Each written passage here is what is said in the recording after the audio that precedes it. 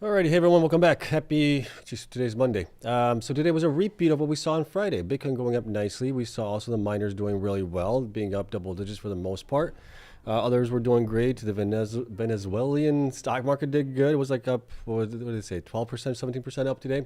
So they really liked the news of Maduro being seized by the United States there. But the markets did good overall. So that was nice. It was another nice continuation of what we saw on Friday overall. But we'll take a look at it. Is this the start of a rally for Bitcoin? Possibly. Could be. I don't know. We'll tell in a couple of charts here. We'll take a look at those things. Some good news stories as well. And I was hoping that we get at least one or two miners report their monthly production update for December, but we didn't get that. So maybe we'll get that tomorrow. I'm hoping that as of the new year, they don't just all go the heck with it. We're not providing those anymore, but we'll see.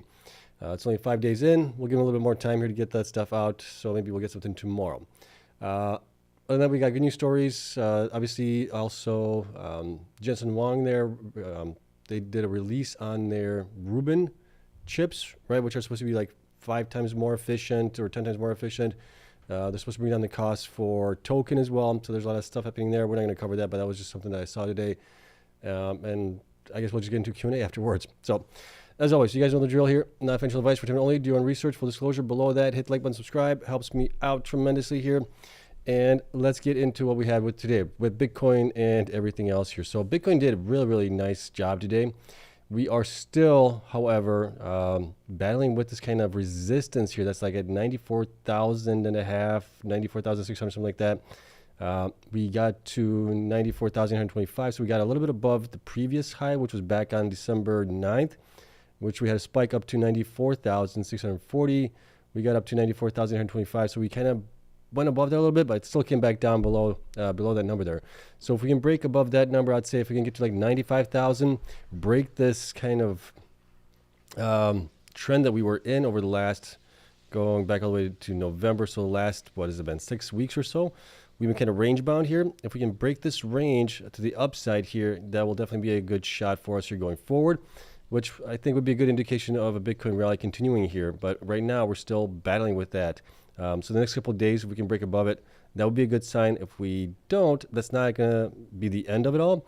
We could come down a little bit, right? We've had a nice, 5-day rally here a little bit. In Bitcoin, we were at 87,000 roughly, and we're at now 93,000. So that's $6,000 in increase here in the last 5 days. A little pullback wouldn't be too bad, but eventually I'd like to see us battle with this 95,000 range and break above it. And at that point, that would be, I think, at least a somewhat clear indication that we are in a rally. But right now, it is what it is with it. It's still doing good, which is great. Markets were in the green today as well, so that was good, looking good here. Ethereum today was in the green also. It was up, let's see here. On the daily, it was up 2.61% there, so that's looking pretty good there. Miners had a fabulous day again. Some of them do have a little bit of a gap on the price there. Not too bad, though. Some of these guys have a little bit more of a gap. But Bitfarms was up 10.77% there. BitDeer was up even 8.05%. Kango was up nicely today, up 16.31%. Cypher was up also very nicely, 12.1%. Cleanspark up 6.49%, was up almost 10%. I think it was even 10% at one point during the day, and then it came back down a little bit here. CORZ was up 4.63%. Hive was up 9.52%. Hut 8 was up 13.61%. Got to, is that a recent high for it? Yeah, got to a recent high today of $59.76. So this thing is trending upwards here going forward. IREN was up 12.97% there. It's between the 100 SMA and the 50 SMA as well. We'll see if we can break above that again and reach new all-time highs there. Mara was up a little bit, 6.86%. Riot was up a little bit as well, 4.45%. And Wolf was up 6.91%. Overall, so those did really well. The Bitcoin treasury companies did really good here. We'll take a look at like Metaplan was up 10.26%. Semler was up 18.45% there. The small miners really quick. I don't want to change the name. I just want to see them. Let's see here. Argo did pretty good, 11.38%. And the others were 8%. Mawson was only 1% there. That was the laggard there. The Bitcoin miner ETFs, really good day. Almost 10% on WGMI there. Beating the pack out of all those. Ethereum holding companies did pretty good also. Being up 6, 8, 4, 8. Almost 6% there as well. Other companies that we track here. American Bitcoin was up 13% today. Finally starting to get a little bounce here. Maybe it has bottomed out here back in December, middle of that. We got Wi-Fi being up 4.46%, Open being up 4.12%, Oracle being actually down 1.59% today. Nibius was up 3.2. Soluna was rocketing today, also was up 18.4%. Backed was up huge today for really no reason. It was up 31.47%. You've seen this decline that it's had here. That was just nothing but a fall from basically October, middle of October. All this time it's been falling here, bottoming out here, and finally bottomed out, and now it's starting to get repriced here a little bit as well. So that was kind of nice to see that. What else do we have here? Meta was up a little bit, 1.29. Google was up a little bit, 0.63. Amazon was up 2.9. Microsoft was down 0.2%. Nvidia was down 0.39. And that is it on those things. As far as miners doing here after hours right now, we can see here that BitDeer is actually now down 0.88% overnight hours. It was up in the green here. So probably some profit taking happening on some of these guys here. Bitfarms is up a little bit, 0.69. Kango, let's see where that one's at. That one's down 4.88. That one obviously had a great day today, so a little profit taking. And then we got Cypher down 0.44%. Cleanspark, let's see, where does that one come in? It comes in at up just a little bit, 0.08%. CORZ Scientific here is down 0.24. Hive is right now up 2.34% still.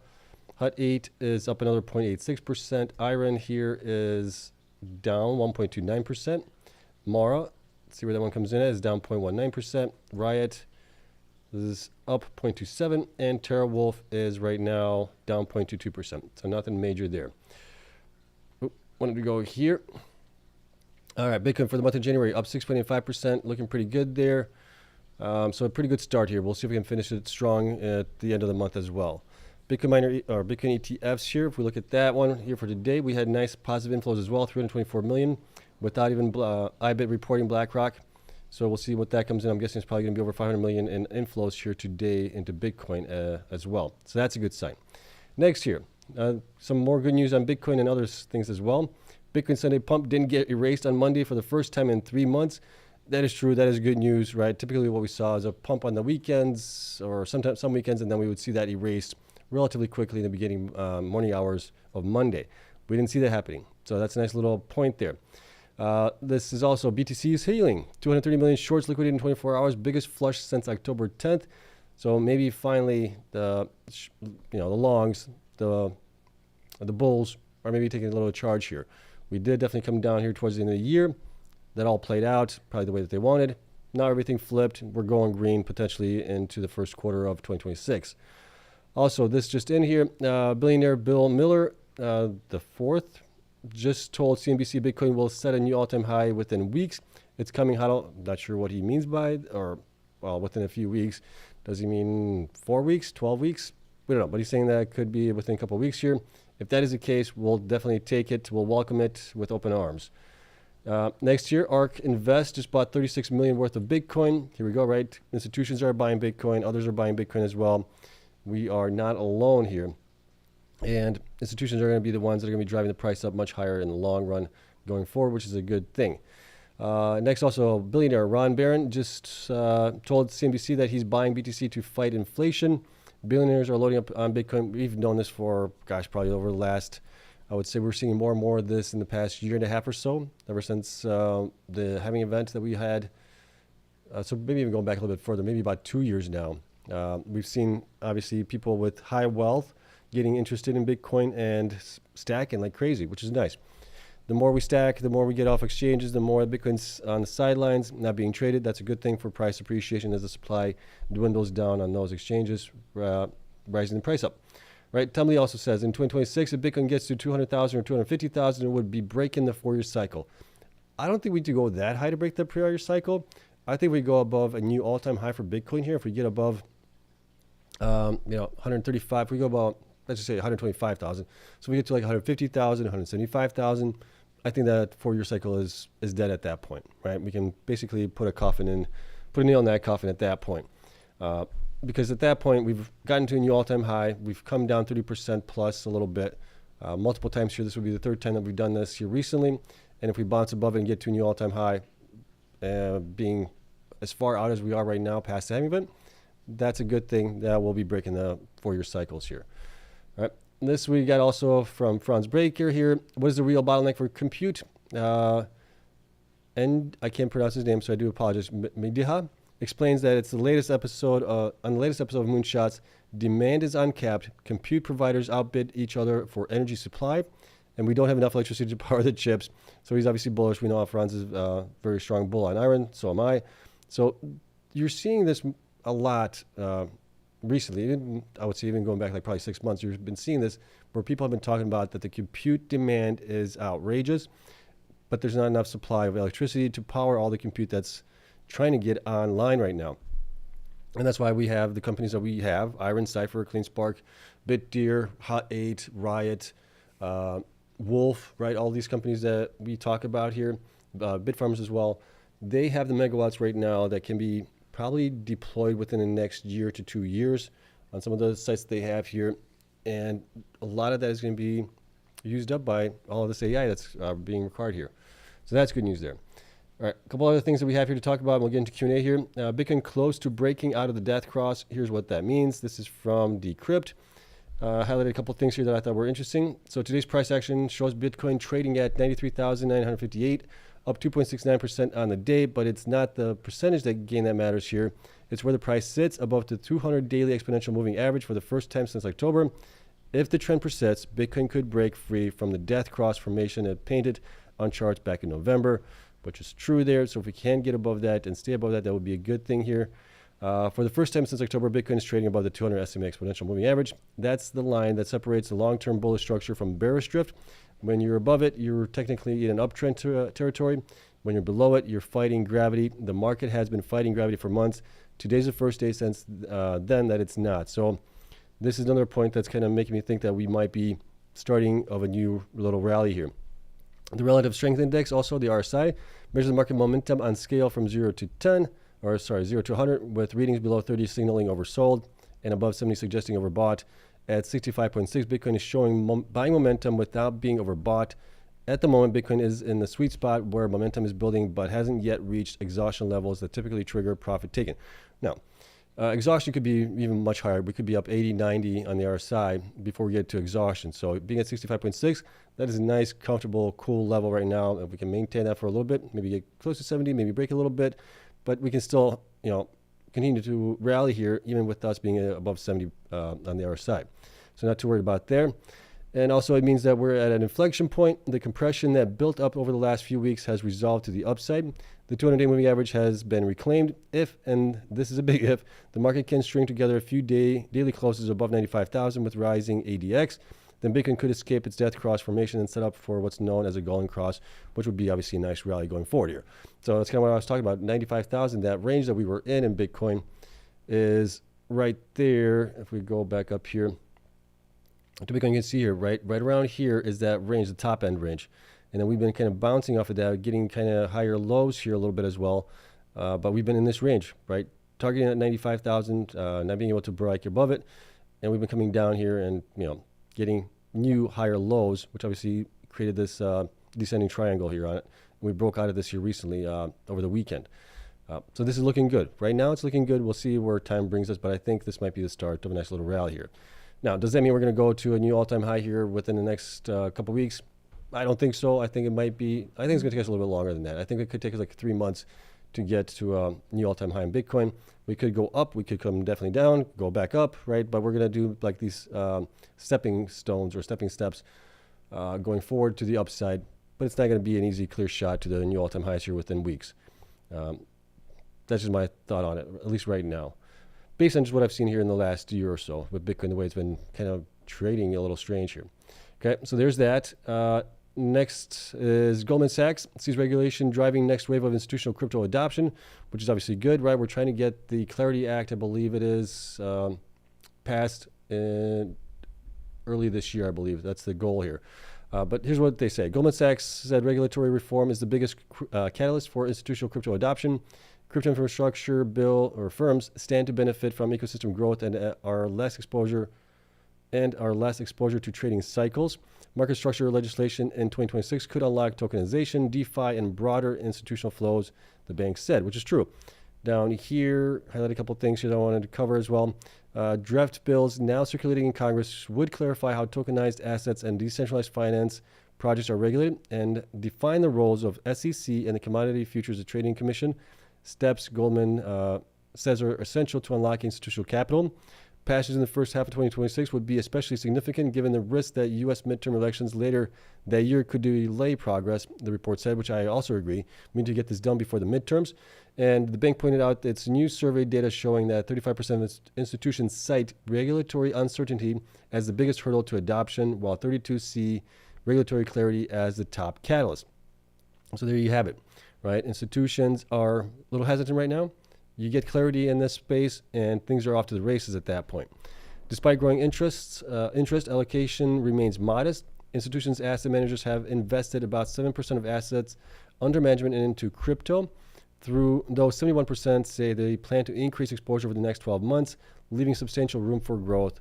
There you go, right? So if we get the clarity in the bill and everything else that we need for this market, everything else, at that point we should rally probably even harder and maybe faster at that point as well. But you need that clarity for all these things to work out here. And I think that was it here. So a lot of good things still happening in Bitcoin, not only for Bitcoin, but also for the miners here that are getting into AI, Bitcoin mining still, all that stuff. This is going to be a really, really good year potentially for us in 2026. Might be even better than what we saw in 2025. Obviously, Bitcoin didn't do that great in 2025, but the miners still did really good here overall compared to where they were. So things are looking pretty good here. And the reason I say that is because when we look at the miners, we were supposed to look at this yesterday. I didn't have the data because the provider was having issues. But the data is updated here as of the end of Friday pricing here on these guys. And you can see that Cypher is still doing really well, up 771% from its 52-week lows. IREN, same thing, 733%. TeraWolf up 518%. Hut 8, 410%. Bitfarms, 286%. Core up 158% roughly. Riot almost 129% there. Hive almost 117%. Cleanspark 79%. BitDeer almost 70%. Kango even being up almost 26% there. Bitcoin only being up 20% from the lows. So if you got in any point between close to the lows back in April of last year, you're probably doing really, really well still on these things. If you got in at much higher prices when they peaked later on in September, October timeframes, then you're probably pretty upset, right? You got in at the highs. You're kicking yourself for getting in at that point, getting on the hype train and not waiting for a downturn, which we obviously saw a little downturn here as well recently, but it wasn't nowhere near the prices that we saw back in April. But overall, this still looks really, really good. And like I said, the miners had a really, really good year last year overall. If you just look at it, if you look at it from where they bottomed out to where they are right now, even if you look at where they started out the year to where they are right now, last year to this year, they've still done fantastically well. All right, so that's it. That's all I got for you guys. Again, like I said, we're waiting for the miners to report some information on their production updates for December. We'll see if we have anybody else drop off from that list. We've had, what has it been, like 5 companies drop off from that list, not providing it anymore. We got IREN, we got Wolf, Hut 8. Who else am I thinking of here? I think Cypher's out as well, and Marathon is out as well, not reporting those anymore. So we have a couple companies that are still reporting those, and we'll talk about those if they report. So we still have BitDeer, at least reported last time. Kango reported, Cleanspark reported, and Hive reported, along with Riot. So we only have those that are reporting right now. So that's, what is that, 5 companies. So we have had 5 companies stop. We have 5 companies still reporting. All right, but that's it. That's all I got for you guys. Let's get into Q&A here, and we'll call it a day. Tomorrow, I'll give you guys a little heads up here. Tomorrow, I have a birthday party that I'm attending. I don't know what time I'll get back or what time I'll be available. So if it's too late, I may not do a live stream tomorrow, just so you guys know in advance. But if I get back in time and I have a little time to prepare, I'll definitely do one for you guys. All right, let's get into Q&A here. Let's see what everyone has to say. Questions and comments, if you could preface those with a question mark or a Q, I would always appreciate that. And we don't have that many people in here tonight. Something's going on here. Let's see, we got John in here. We got Rob. How you doing, Rob? Jay Benson says, great stuff as always. Thank you so much for that. Rob says, if Trump administration is overhauling the SEC, why has Ken Griffin of Citadel Securities not been dealt with in their illegal trading activities with Northwestern Biotherapeutics in their spoofing and naked shorting of NWO stock? He might be a friend of Trump there. It's who you know. It might protect you, right? So that might be the reason there. Rob says, just an FYI, NWBO has DCA Vax L to treat brain cancer, and this is what Citadel Securities does to the company. Depending, do they have the where are they in the trial phase, right? Are they in the third trial phase? Are they in the first trial phase? Where are they with that? Rob says, and is near MHRA approval in the UK for their DCVax-L drug anytime now. Okay, so that's in the UK. That would obviously be a good thing there, but I think obviously if they don't get it, that would be a bad thing. So that's maybe why they're shorting it, right? That's kind of the way companies do that. They hedges their bets a little bit, right? So they might short it, they might be long in it on stuff like that. Let's see, Rob says they have received their phase 3 trials, so they've received those so they can move forward. Okay, so that's actually good. Now, if they get good results, then obviously it would be really good for the stock there. Okay, Bevneet asks, end of the year targets for IREN, Cypher, and Bitfarms. Again, IREN I think should be much higher. I think IREN should be above probably $140 from where it's at right now. That's with just the current financials that we have for them as far as revenue going into the end of this year, how much revenue we're generating, things like that. If they provide any more updates as far as getting more customers or something like that, or expanding their own GPU clusters, we could see them go up even, I would think at that point they'd be up even higher. Okay, so that's IREN. Cypher, I think they, depending on, again, with them, same thing. If they provide any kind of good news on more customers, more sites or anything like that, stock could be much higher. I think they could be somewhere between 25 and I'd say maybe like $40, $45 by the end of the year, if things go well. And Bitfarms I think should be probably somewhere between 4 and 6, maybe up to the high of $8. If they get a deal for their site in Washington, we could see them getting up to like $10, I would think, at that point. Okay, all right. Tom has got a question here. Do you think Cleansparks are close to getting an HPCI deal? They said they were in a bidding war in the last earnings call. I think they're close. I don't know how close they are actually, whether that's going to be this week, next month, the following month, I don't know. Eventually we'll get something from them, but they got to obviously work out all the details. We've seen a lot of deals happening here recently from Hut 8, Cypher, IREN as well, Wolf also. So they have a lot of comparison and deals and things like that, which might be helpful to them. And maybe they can structure a really good deal that's going to be really good for them and the shareholders as well. But I think the deal is going to be in sometime this year. I just don't know exactly when. Would I love to see it early on? Heck yeah. That would definitely be great for the stock, for our pockets. And then if they can repeat that again and do something else later on in the year as well to get at least maybe 2 deals this year, that would be a fantastic thing. Let's see, Neil says, to the moon. We'll definitely go there eventually. Like I said, I think Bitcoin eventually gets to $1 million, whether it's going to be in the next 5 years or 10 years. We don't know, but I think $1 million is doable in Bitcoin in some time. Right now, I'd be happy if we get to 150, 175,000 this year and continue to rally into even next year, right? I don't want to have another bear market in Bitcoin. I'd like Bitcoin just to continue to rally, but maybe slower over time. Okay, all right, that's it. I think that's it. Do I have anything else? I think that's it. Yeah, we're going to call it a day. So we've been going, wow, today's going to be a short one. 23 minutes only that we've been going so far. It might be one of the shortest ones we've done in a long time here. I think the prior one was like 30 some odd minutes. So we'll call it a day and we'll see what happens tomorrow. Like I said, tomorrow, if I'm back in time after the birthday party, I'll do a stream. If not, we'll cover whatever happens tomorrow on Wednesday. Okay. Thank you all so much for coming in. Love you all. And we got a question. One more. Okay. We got Bevneet's got a question here. One more. Okay. Let's hear it. Let's see here. Most undervalued. Right now, most undervalued. I think, to be honest with you, I think it's going to be a toss-up between a couple of these guys here. BitTF potentially. I would think also Hive potentially, and Bitfarms as well. I think those are the three that I would say are kind of like the most undervalued right now at any given point in time here. That's just the way I see things. I think Cleanspark is part of that, but Cleanspark is a little bit better valued right now than the others. So I think they might be a little bit more undervalued. Okay? But still love everybody that I'm invested in, all these companies and everything else. It's a great space. Let's see, Bevneet asks one more thing here. Let's see, Bevneet, IREN and Cypher seem the safest bet for AI. Currently, with the number of megawatts that they have in development, I do like them a lot. Are they the safest? IREN, I would say more so than Cypher. Yeah, just based on the deals that they've gotten, I think IREN might be a little bit safer than Cypher there a little bit. and you've seen also others get pretty good deals. Wolf, right, has gotten multiple deals here now. Hut 8 has gotten a deal. But out of those, I think you're probably right. IREN and Cypher are kind of like the safest. Bitdeer also has a lot of megawatt potential for them. The only questionable thing for them is being Singapore based, right, with some possible ties to China. I don't know if that's the reason why the stock went way down like it did. Could be also that we haven't seen much high demand from their seal miner chips for customers, or the ASICs for customers.